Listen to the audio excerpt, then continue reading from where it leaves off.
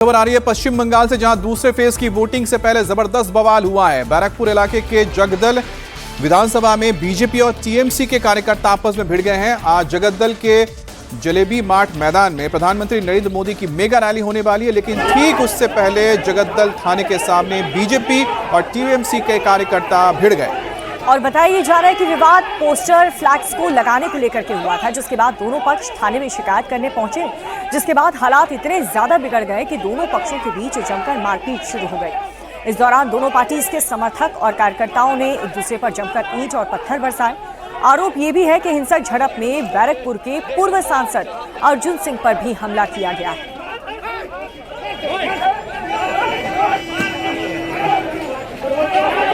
तो आप देख सकते हैं कि टीएमसी कार्यकर्ताओं ने उन्हें किस तरह खींचने की कोशिश की। मारपीट के दौरान पूर्व सांसद अर्जुन सिंह को निशाना बनाने की कोशिश की गई है। और हैरान करने वाली बात यह है कि सब कुछ जगदलपुर थाना के सामने, पुलिस वालों के सामने ये सब होता रहा। वहां पर शिकायत चश्मदीदों की ये भी है कि पुलिस की टीम को इन्फॉर्म किया गया, बावजूद उसके थोड़ी दूरी पर पुलिस थी, लेकिन वक्त पर नहीं पहुंची, थोड़ा देरी से पहुंची और सिचुएशन कंट्रोल बंगाल पुलिस से नहीं हुई। इसके बाद यहाँ पर टीम को बुलाना पड़ा।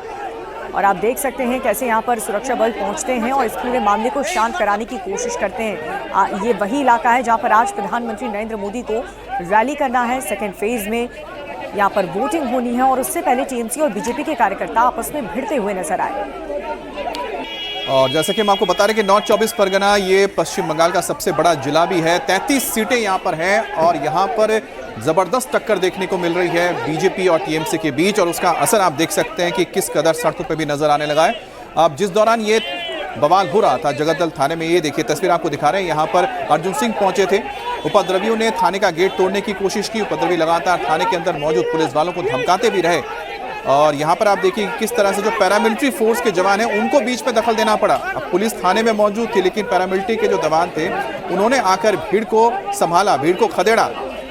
और जिस इलाके में यानी जगदल जहां पर ये पूरी की पूरी घटना सामने आई है, ये इस इलाके में अर्जुन सिंह जो कभी ममता बनर्जी के खास हुआ करते थे और साथ ही साथ बीजेपी में आने से पहले टीएमसी में हुआ करते थे, तो अब ऐसा माना जा रहा है कि उनके बीजेपी में जैसे आने के बाद, क्योंकि वो एक बार फिर से टीएमसी में गए, फिर वापस आ गए बीजेपी में और इस वक्त बीजेपी के उम्मीदवार हैं, और उनके आने से जो बड़ा वहां पर बेस है, वोटर का बेस है और साथ ही साथ जो कार्यकर्ताओं का बेस है वो बीजेपी के साथ जुड़ा है। तो ऐसे में यहाँ के 2 से 3 सीटों पर बीजेपी की जीतने के आसार बढ़ गए हैं और यही वजह कि यहाँ पर टीएमसी और बीजेपी के कार्यकर्ताओं में जबरदस्त भिड़ंत देखने को मिलती है। और एक बहुत महत्वपूर्ण चीज है कि इस इलाके में हिंदी भाषी लोगों की अच्छी खासी आबादी है, जिनका ताल्लुक बिहार और उत्तर प्रदेश से है। और हंगामा बढ़ा तो मौके पर पुलिस भी पहुंची, हालात को कंट्रोल करने की कोशिश की और इस दौरान पुलिस वाले उपद्रवियों को खदेड़ने के बजाय बीजेपी नेता अर्जुन सिंह पर ही हावी होते दिखे। मौके पर मौजूद पैरामिलिट्री फोर्स के जवानों ने बीच बचाव करके हालात पर कंट्रोल किया।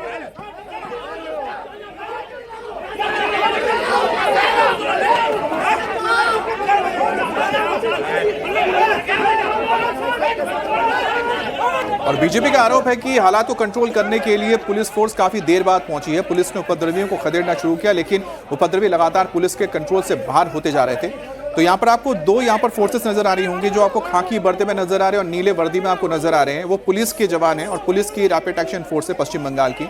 और दूसरे आपको जो जवान दिख रहे हैं वो पैरामिलिट्री फोर्सेस के जवान हैं। हो सकता है वो अर्जुन सिंह के साथ वहां पर उनकी सुरक्षा में तैनात होंगे जो पहुंचे थे। और इस पूरी घटना के बाद इलाके में तनाव इतना ज्यादा बढ़ गया कि हालात को कंट्रोल करने के लिए जगदल और आसपास के क्षेत्रों में सुरक्षा काफी बढ़ा दी गई है। जलेबी मैदान, जहां पर प्राइम मिनिस्टर नरेंद्र मोदी की जनसभा होनी है, वहां पर सुरक्षा के कड़े इंतजाम भी किए गए हैं। और ये 6 तस्वीरें आपको दिखा रहे हैं अर्जुन सिंह से किस तरह हाथापाई हुई है। यहाँ पर बीजेपी के कार्यकर्ता आरोप ये भी लगा रहे हैं कि हम पोस्टर्स लगा रहे थे, फ्लैग्स लगा रहे थे चुनाव प्रचार के दौरान, ये बहुत आम है। लेकिन वहीं पर टीएमसी के कार्यकर्ता पहुंचते हैं कि हमें भी पोस्टर लगाना है और इसी बात को लेकर के कहा सुनी होती है, फिर बातचीत होती है और उसके बाद ईंट और पत्थर उठाए जाते हैं टीएमसी के कार्यकर्ताओं की तरफ से और बीजेपी के कार्यकर्ताओं पर हमले किए जाते हैं। पुलिस की टीम वहां पर पहुंची है सिचुएशन को कंट्रोल करने के लिए। दोनों तरफ से पत्थरबाजी हुई और वोटिंग से पहले तनावपूर्ण स्थिति यहां पर बनी हुई है, लेकिन सिचुएशन कंट्रोल में करने के लिए पैरा फोर्स को वहां पर तैनात कर दिया गया।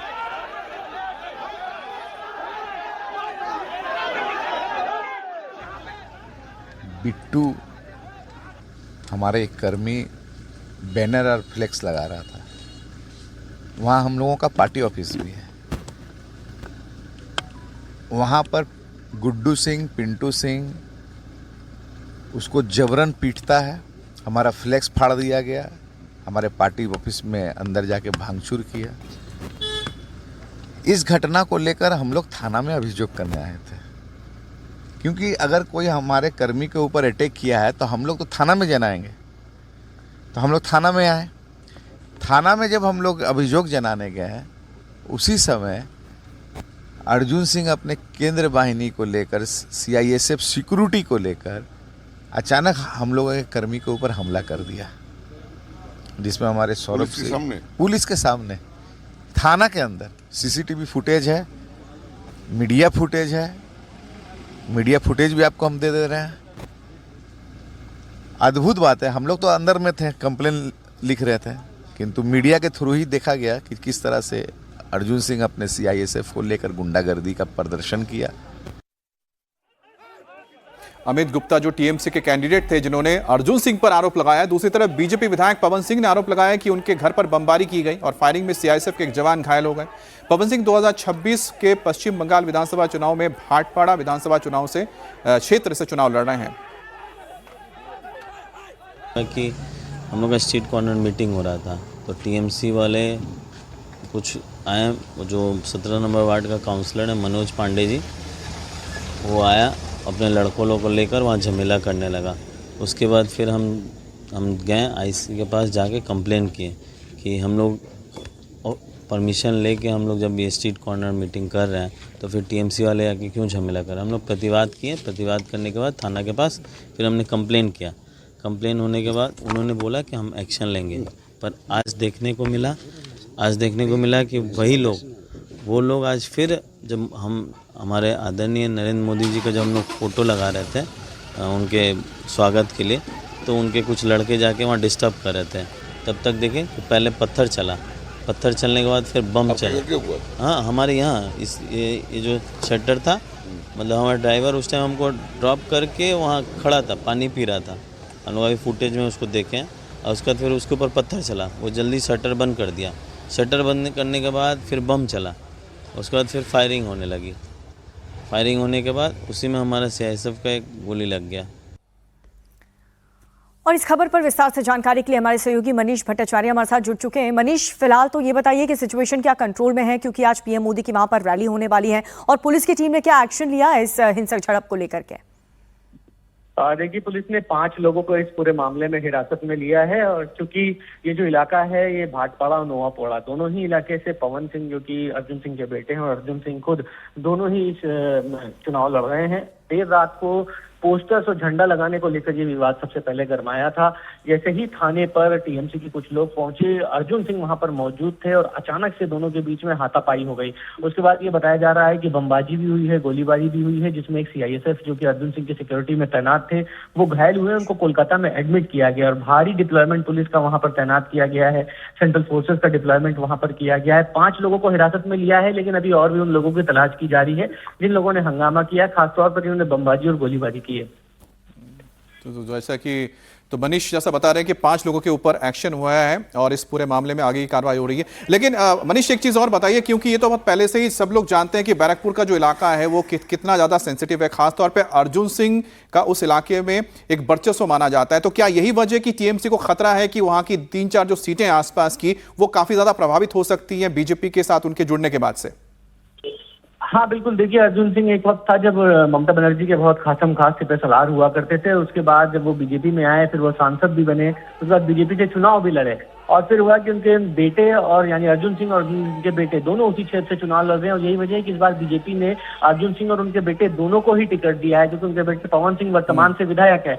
अभी कुल मिला के स्थिति जो है, जो कि हिंदी भाषी लोग वहां पर बहुत ज्यादा है और बताते हैं कि अर्जुन सिंह का दबदबा है, लिहाजा TMC और के जो नेता और अर्जुन सिंह के जो लोग हैं उनके बीच में क्लैश होना स्वाभाविक है। लेकिन इस इलाके में बताते हैं कि अर्जुन सिंह और उनके बेटे का काफी दबदबा है, और कहीं ना कहीं चूंकि प्रधानमंत्री नरेंद्र मोदी की सभा होने वाली, और उससे पहले पूरे इलाके में जब पोस्टर्स पाटे गए तब ये हंगामा हुआ, और इसी को लेकर कहीं ना कहीं विवाद। जाहिर सी बात है कि भाई कहते हैं ना कि बहुत हाई वोल्टेज यहाँ पर इस वक्त चुनाव हो रहे हैं, खासतौर पे उत्तर 24 परगना एक ऐसा जिला है जहां पर 33 सीटें हैं, टीएमसी का गढ़ माना जाता है और बीजेपी की कोशिश यही है कि बीजेपी को अगर सत्ता में आना है तो सेंधमारी करनी पड़ेगी नॉर्थ 24 परगना में। और नॉर्थ 24 परगना में जो बैरकपुर और इसके आसपास का इलाका है, यहाँ पर हिंदी भाषी लोग होने की वजह से बीजेपी को लगता है कि अगर प्रधानमंत्री मोदी का जो यहाँ पर एक पॉपुलैरिटी है और उनका जो जिस तरह का व्यक्तित्व है वो यहाँ पर ज़्यादा से ज़्यादा सीट लाने में बीजेपी के लिए मदद कर सकता है। और यही वजह की लगातार आप देखिए कि टीएमसी और टीएमसी के नेता काफ़ी इससे आप समझ सकते हैं कि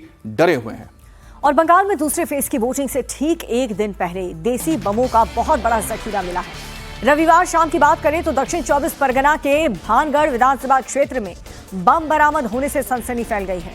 पुलिस ने उत्तर काशीपुर पुलिस स्टेशन के इलाके में तृणमूल कार्यकर्ताओं के घर के पीछे के बगीचे से कुल 100 नए बम बरामद किए हैं। बताया ये भी जा रहा है कि उत्तर काशीपुर पुलिस स्टेशन की सूचना मिलने पर छापेमारी की गई उस इलाके में और एक घर को लेकर के संदेह होने पर उस घर के पीछे के बगीचे में तलाशी ली गई और तलाशी के दौरान एक थैला मिला।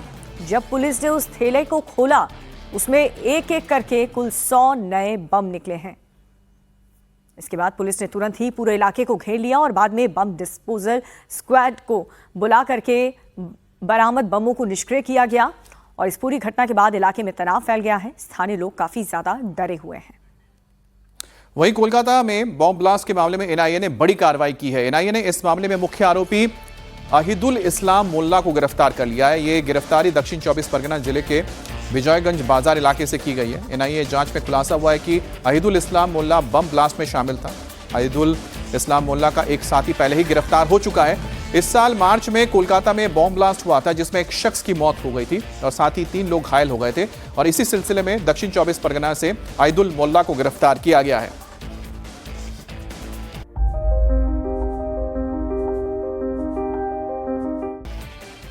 और पश्चिम बंगाल के डायमंड हार्बर में टीएमसी कार्यकर्ताओं पर वोटर्स को धमकाने के मामले में पुलिस ने एक बहुत बड़ा एक्शन लिया है। बीजेपी ने आरोप लगाया था कि डायमंड हार्बर में शनिवार रात को टीएमसी के गुंडों ने मतदाताओं को धमकाया। सीसीटीवी में धमकाने वाला वीडियो भी सामने आया, जिसके बाद से चुनाव आयोग के निर्देश पर यह कार्रवाई करते हुए पश्चिम बंगाल पुलिस ने संबंधित धाराओं के तहत मामला दर्ज कर लिया। पुलिस के मुताबिक वोटर्स को धमकाने वालों की पहचान कर ली गई है और डायमंड हार्बर के काकद्वीप इलाके में शनिवार रात को बाइक पर निकले टीएमसी कार्यकर्ताओं ने वोटर्स को धमकाने की कोशिश की थी।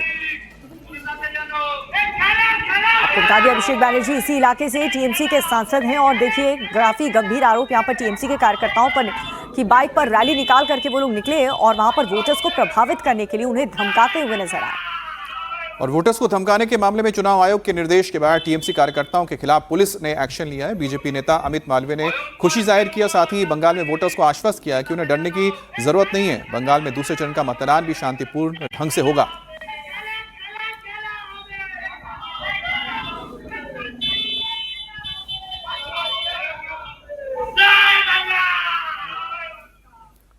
और बीजेपी के तमाम दिग्गज नेता ममता बनर्जी और टीएमसी सरकार पर गुंडों को शय देने और सिंडिकेट राज चलाने का आरोप लगा रहे हैं। तो ममता बनर्जी ने और उनके भतीजे अभिषेक बनर्जी ने एक बार फिर से बीजेपी और चुनाव आयोग में मिलीभगत का आरोप लगाया है। अभिषेक बनर्जी ने कहा है कि डायमंड हार्बर में चुनाव अधिकारी और बीजेपी उम्मीदवार एक ही होटल के कमरे में गुपचुप मीटिंग कर रहे थे, लेकिन उस मीटिंग को पुलिस ने एक्सपोज कर दिया है। और यह बड़ा आरोप लगाया है कि दक्षिण 24 परगना में एक होटल में, डायमंड हार्बर के होटल में बीजेपी के नेता और साथ ही इलेक्शन कमीशन के अधिकारी एक गुप्त मीटिंग कर रहे थे, जिसको पुलिस ने एक्सपोज कर दिया है। दरअसल इसको सुनते उनके इस बयान को, फिर आपको बताएंगे कि क्यों अभिषेक बैनर्जी ऐसा बता रहे हैं। पुरुषोत्तम दासेर संगे डायमंड हार्बर सागरिका होटेले 208 নম্বর ঘরে গোপন বৈঠক করেছে। ভেবেছিল চুপি চুপি বৈঠক করব, কেউ জানতে পারবে না, আলাদা করে ইলেকশন কমিশনের হয়ে বিজেপির হয়ে ব্যাটিং করব, কেউ ধরতে পারবে না। আরে এখানে আকাশে বাতাসে মাটিতে ঘাটিতে জেটিতে লতায় পাতায় আমি রয়েছি, পালাবে কোথায়? পালাবে কোথায়? চায়ের দোকান থেকে বাজার, খাবারের হোটেল থেকে খাবারের দোকান থেকে হোটেল, শাড়ির দোকান থেকে ফলের দোকান, মাছের বাজার থেকে যেটি সর্বত্র তো আমি জড়িয়ে আছি লতায় পাতায় ফাঁস করে দিয়েছি। और सिर्फ इतना ही नहीं, अभिषेक बैनर्जी ने आगे ये भी आरोप लगाया है कि पुलिस ने जब बीजेपी उम्मीदवार और चुनाव अधिकारी की सीक्रेट मीटिंग के खिलाफ एक्शन लिया तो अब चुनाव आयोग ने उन पुलिस ऑफिसर्स को ही ट्रांसफर करवा दिया। अभिषेक ने कहा है कि इससे बीजेपी को कोई फायदा नहीं होने वाला है, क्योंकि 4 मई को जब रिजल्ट आएंगे तो डायमंड हार्बर और मगराहट की इन सीटों पर जीत का मार्जिन पहले से भी कई ज्यादा होगा। যে পুলিশ তাদের বিরুদ্ধে ব্যবস্থা নিয়ে তাদের গোপন বৈঠকের যে ভিডিও জনসমক্ষে আপনারা দেখেছেন, পুলিশ তদন্ত শুরু করেছে। পুলিশ কেন তদন্ত শুরু করেছে? ডায়মন্ড হারবারের অ্যাডিশনাল এসপি, এসডিপিও, উস্থি থানার ওসি, ডায়মন্ড হারবারের ওসি, ফলতার আইসি চেঞ্জ করেছে নির্বাচন কমিশন। চোর চুরি করছে, পুলিশ ধরেছে বলে পুলিশের বিরুদ্ধে ব্যবস্থা। 5 জন অফিসার চেঞ্জ করে অভিষেক ব্যানার্জিকে জব্দ করবে। আমি চ্যালেঞ্জ করে যাচ্ছি জ্ঞানেশ কুমার আর অমিত শাহকে, 4 তারিখ দেখা হবে। ডায়মন্ড হারবারের ব্যবধানও বাড়াবো, মগরাহাট পূর্বের ব্যবধানও বাড়াবো, পশ্চিমের ব্যবধানও এবার 1 লাখ করব, কথা দিয়ে গেলাম। और अभिषेक बैनर्जी का जो आत्मविश्वास आप देख रहे हैं उसकी वजह है क्योंकि वो लगातार दक्षिण 24 परगना के एमपी हैं और साथ ही साथ उनकी इस पूरे इलाके में जबरदस्त पकड़ है। वो लगातार अपने कार्यकर्ताओं के साथ दक्षिण 24 परगना के हर एक इलाके में विजिट करते रहते हैं, यात्रा करते रहते हैं और यही वजह है कि उनको पूरी उम्मीद है कि जीत उनको हासिल होगी। इसलिए तो वो कह रहे हैं कि यहाँ के हर एक पत्ते में हवा में अभिषेक बैनर्जी मौजूद है। बहरहाल पश्चिम बंगाल विधानसभा चुनाव प्रचार का आज आखिरी दिन है। राज्य में पहले चरण में बंपर वोटिंग हो चुकी है, अब दूसरे चरण की वोटिंग 29 अप्रैल को होनी है और जिसके लिए आज प्रचार का शोर थम जाएगा। बंगाल विधानसभा चुनाव के दूसरे चरण के लिए बीजेपी ने चुनाव प्रचार में पूरी ताकत झोंक दी है। पीएम नरेंद्र मोदी आज नॉर्थ 24 परगना बैरकपुर में विजय संकल्प रैली को संबोधित करेंगे। बीजेपी ने इस इलाके में घुसपैठ और तुष्टीकरण को बड़ा मुद्दा बनाकर ममता बनर्जी के सियासी लोहे को चैलेंज किया है और टीएमसी भी दूसरे फेज में अपने मजबूत किले को बचाने की कोशिश में लगी है। लेकिन प्रधानमंत्री मोदी का यहां पहुंचना वाकई में इस किले में सेंधमारी कर सकता है।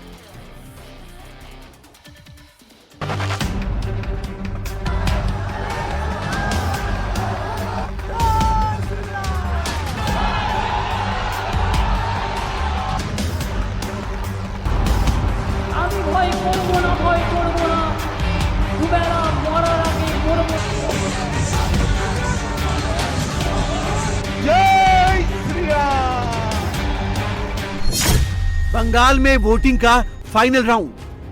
बंगाल का एक ही संकल्प है, बंगाल ने ठान लिया है पलटानो दोरकार, पलटानो दोरकार। संदेश खाली से बांग्लादेश बॉर्डर तक चुनावी रण।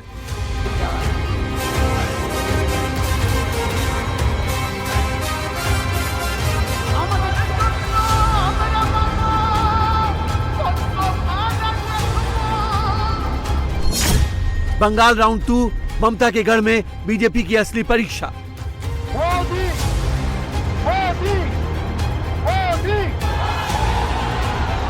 पश्चिम बंगाल विधानसभा चुनाव में अब फाइनल राउंड की बारी है। दूसरे चरण में 29 अप्रैल को 142 सीटों पर वोटिंग है।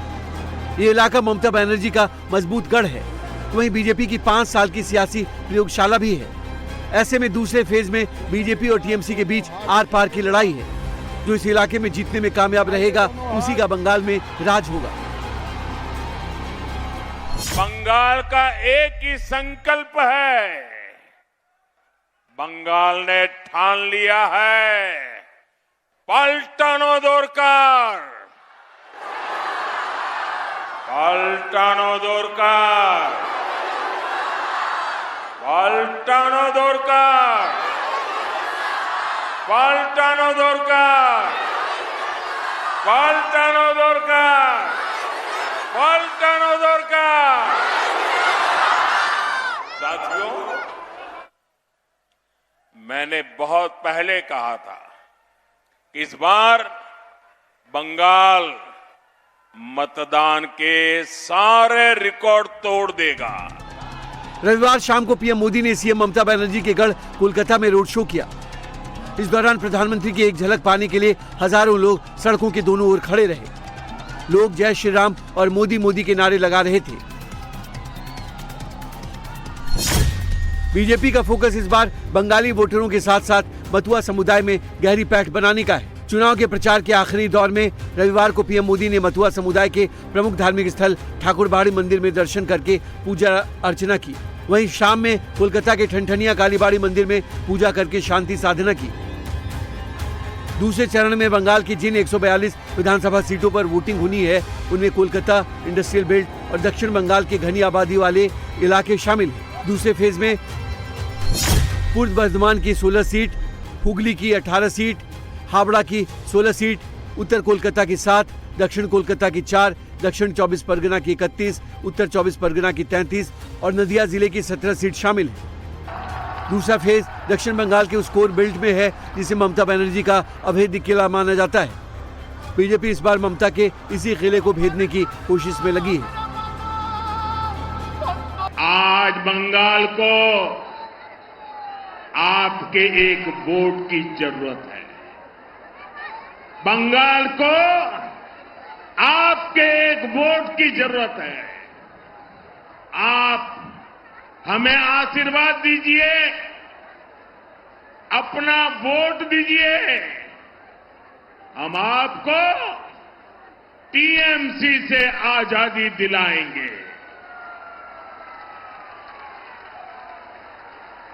आजादी टीएमसी के महाजंगल राज से, आजादी टीएमसी के भय से, आजादी टीएमसी के भ्रष्टाचार से, आजादी बेटियों पर अत्याचार से, आजादी बेकारी और बेरोजगारी से, आजादी लूटती भर्ती परीक्षा से, आजादी घुसपैठियों के कब्जे से, आजादी दंगाइयों और मस्तानों से।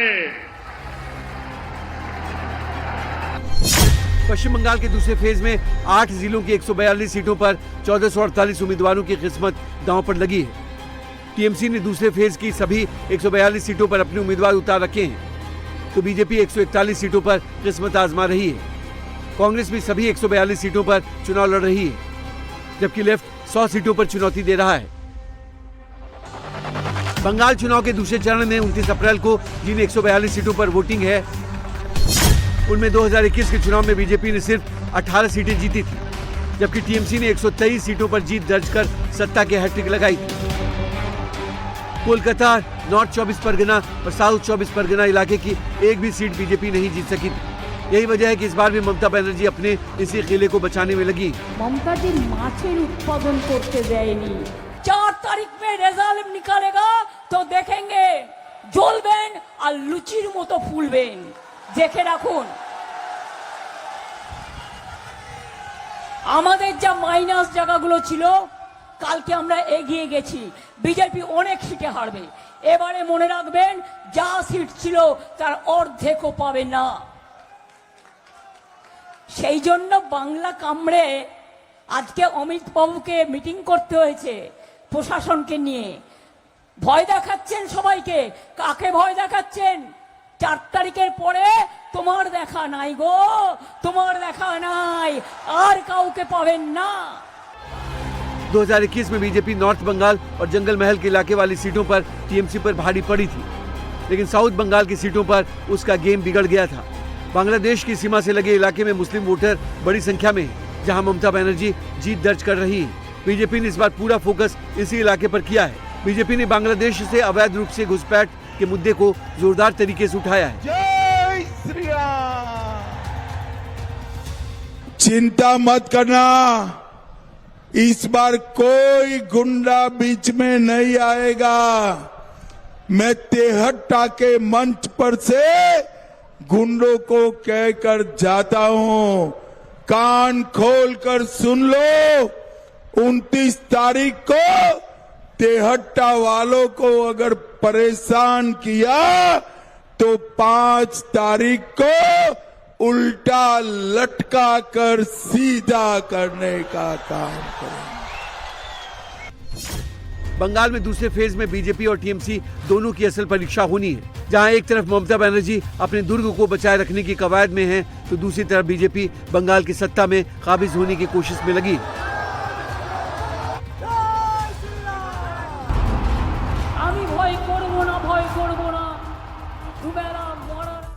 और बंगाल चुनाव अब अपने आखिरी चरण में है और आज दूसरे दौर की वोटिंग के लिए प्रचार का आखिरी दिन है।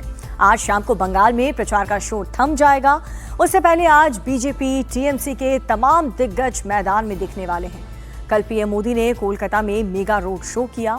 रोड शो से पहले पीएम मोदी उत्तर कोलकाता के ऐतिहासिक ठनठनिया काली मंदिर में दर्शन पूजन करने पहुंचे। तो वहीं ममता बनर्जी अपने विधानसभा क्षेत्र भवानीपुर के एक सब्जी बाजार में दिखी। लोगों से बात करने के अलावा उन्होंने सब्जी भी खरीदी।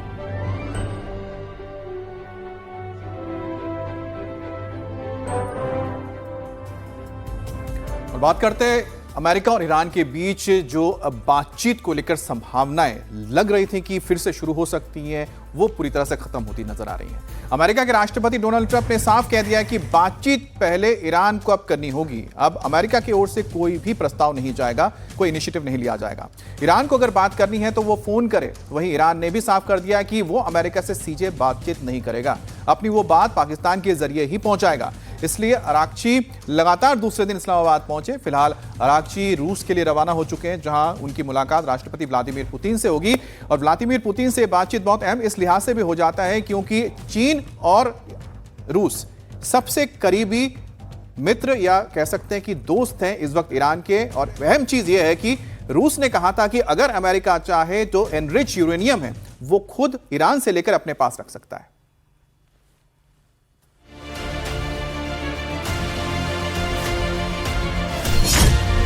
ईरान से फोन पर होगी बात, इस्लामाबाद का टाइम आउट।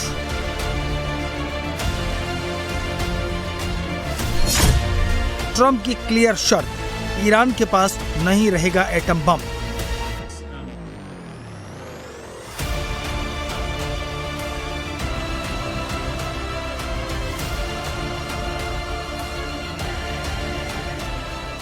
इस्लामाबाद में दूसरे राउंड की बातचीत की फिलहाल कोई संभावना नहीं है।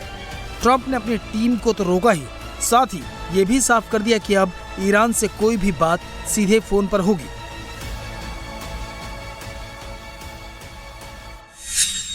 You probably heard that we canceled the trip. We have all the cards. We're not going to spend 15 hours in airplanes all the time going back and forth to be giving a document that was not good enough. And so we'll deal by telephone and they can call us anytime they want.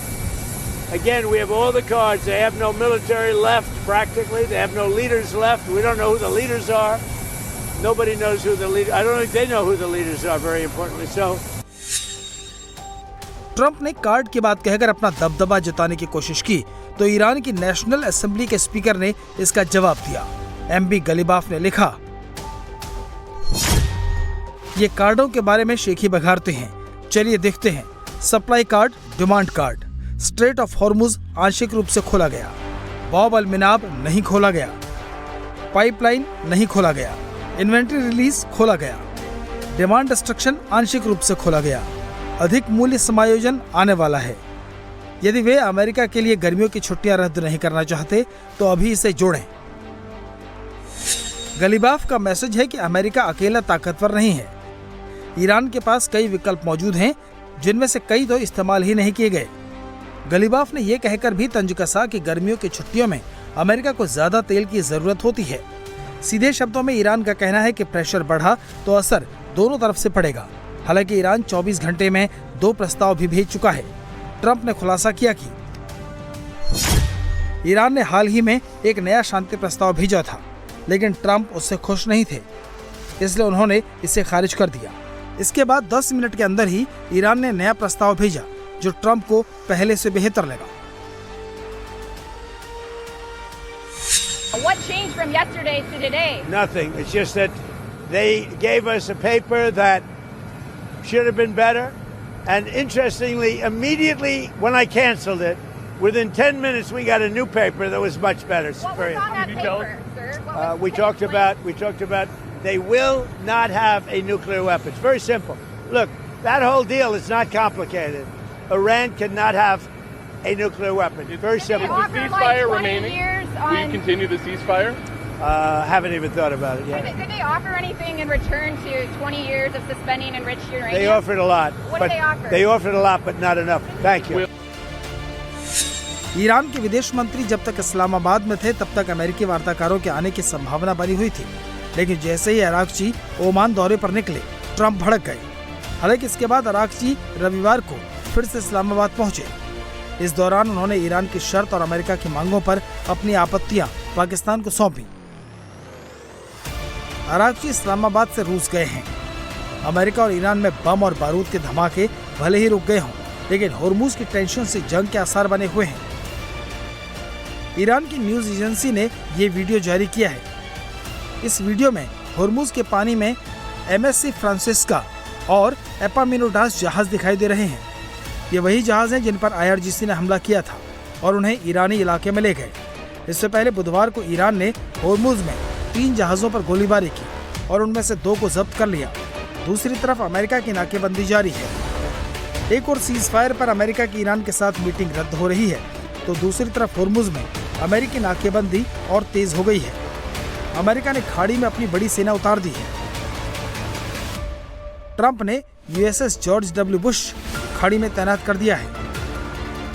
USS George W. Bush के साथ साथ 6000 से ज्यादा navy soldier और अत्याधुनिक लड़ाकू विमानों के ग्रुप के साथ USS जॉर्ज W. बुश अपने साथ 6000 से ज्यादा नेवी सोल्जर और आधुनिक लड़ाकू विमानों के ग्रुप के साथ पहुंचा है, जो USS गेराल्ड R. फोर्ड और USS अब्राहम लिंकन के साथ खाड़ी में तबाही मचाने को तैयार है। और बड़ी खबर, ईरान ने अमेरिका को जो नया प्रस्ताव दिया है, दरअसल उसकी डिटेल सामने आ चुकी है। तेहरान ने यह कहा कि पहले स्ट्रेट ऑफ हॉर्मुज को पूरी तरह से खोल दिया जाए, अमेरिका अपनी नाकेबंदी वहां से हटा दे जिससे लड़ाई खत्म हो सके, जबकि न्यूक्लियर प्रोग्राम पर बात अगले चरण में होगी। हालांकि ट्रंप ने यह प्रस्ताव खारिज कर दिया। ट्रंप ने यह दावा किया है कि इस प्रस्ताव के खारिज होने के 10 मिनट के अंदर ईरान ने एक और प्रस्ताव दिया है, उसमें ट्रंप ने दिलचस्पी दिखाई है। ईरान इस वक्त पाकिस्तान, इजिप्ट, तुर्की और कतर के जरिए बातचीत करने की कोशिश कर रहा है अमेरिका के साथ। अमेरिका में व्हाइट हाउस करेस्पॉन्डेंट एसोसिएशन के डिनर में हुई गोलीबारी को लेकर के महाराष्ट्र कांग्रेस के पूर्व अध्यक्ष और विधायक विजय वडेट्टीवार ने विवादित बयान दिया है। डोनाल्ड ट्रंप को निशाने पर लेते हुए वडेट्टीवार ने यह कहा कि जो जैसा करेगा वैसा ही भरेगा। वडेट्टीवार ने इशारों में केंद्र सरकार पर हमला करते हुए कहा कि जैसा हमारे देश में चल रहा है वैसा ही अमेरिका में भी चल रहा है, यहां पर लोग उतर नहीं रहे हैं। जैसी करनी वैसी भरनी, जैसा करेगा वैसा भरेगा। उसने जो सत्ता में होते हुए, सर्वोच्च पद पर होते हुए, उसने पूरे दुनिया को, वर्ल्ड को जिस तरह से उसने काबू करने के लिए, कब्जा करने के लिए हर कंट्री को डिस्टर्ब करने का काम किया, हर कंट्री पे अपना कंट्रोल करने का काम किया और सब पूरा दुनिया हमारी गुलाम है, इस तरह की उसकी जो भाषा है। और देश को भी उसने बर्बाद किया। ईरान से कोई संबंध नहीं था, फिर भी उसने इजराइल को पकड़कर जो वार किया उसमें वो तो होना ही था। आज ट्रंप ने पूरे अमेरिका को बर्बाद कर चुका है अपने मंसूबे पूरे करने के लिए, अपनी इच्छाओं को पूर्ति करने के लिए। जैसे कि देश में चल रहा है अपने हिंदुस्तान में, वैसे वहां चला तो वो होना ही था। जितने लोग रास्ते पर उतरकर उनका विरोध किया, अब हिंदुस्तान में उतर नहीं रहे तो इनको लग रहा है कि सब कुछ आलबेल है। लोगों में वही भावना आज भी है कि पूरे हिंदुस्तान भी वो बर्बादी के रास्ते पर चल रहा है। ट्रंप के साथ हुआ ये सही मायने से उस सर्वोच्च पद पर आसीन व्यक्ति के बारे में नहीं होना चाहिए था, और जैसे करेगा तो जनता उसका जवाब देगी, यही उस घटना से दिखता है। और क्रिकेटर से लोकसभा के सांसद बने यूसुफ पठान ने बड़ा राजनीतिक बयान दिया है। यूसुफ पठान ने टीएमसी और बीजेपी की तुलना करते हुए कहा है कि जैसे बंगाल में टीएमसी मजबूत है वैसे ही गुजरात में बीजेपी मजबूत है, और ये फैक्ट है। और टीएमसी बंगाल में अगर 40-50 साल तक नहीं जाने वाली तो यूसुफ पठान रविवार को वडोदरा में स्थानीय निकाय चुनाव में वोट देने पहुंचे थे। और सुनाते हैं कि आपको किस तरह से यूसुफ पठान ने अपना बयान दिया, जिसको लेकर काफी सोशल मीडिया में चर्चा हो रही है। आप टीएमसी से सांसद है, आपने जैसे बयान दिया कि ममता जी 40 साल तक हटने वाली नहीं है, बंगाल में आएंगी, तो गुजरात में क्या सिनेरियो देखते हैं आप? नहीं, देखिए, अब मैं आपको ये बोलूंगा कि 40-50 साल गुजरात में भी भाजपा को कोई हटा नहीं सकता, तो आपको अच्छा लगेगा क्या? जो भी है, जो फैक्ट है वो फैक्ट है। जो जहाँ पे मजबूत है, जो लोग जिन पार्टीज को पसंद करती है और जो लोग काम करते हैं जिनके लिए, उस हिसाब से पार्टी रहती है। तो मैंने ओबियसली बोला है कि 40-50 साल तक टीएमसी कहीं नहीं जाने वाली बंगाल में।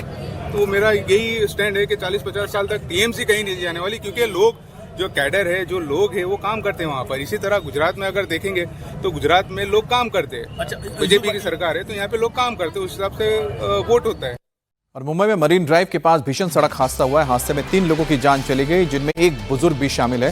सुबह करीब 5:30 बजे के आसपास बताया जा रहा है कि हादसा हुआ है, जिसमें 3 लोगों की जान चली गई है मरीन ड्राइव पर।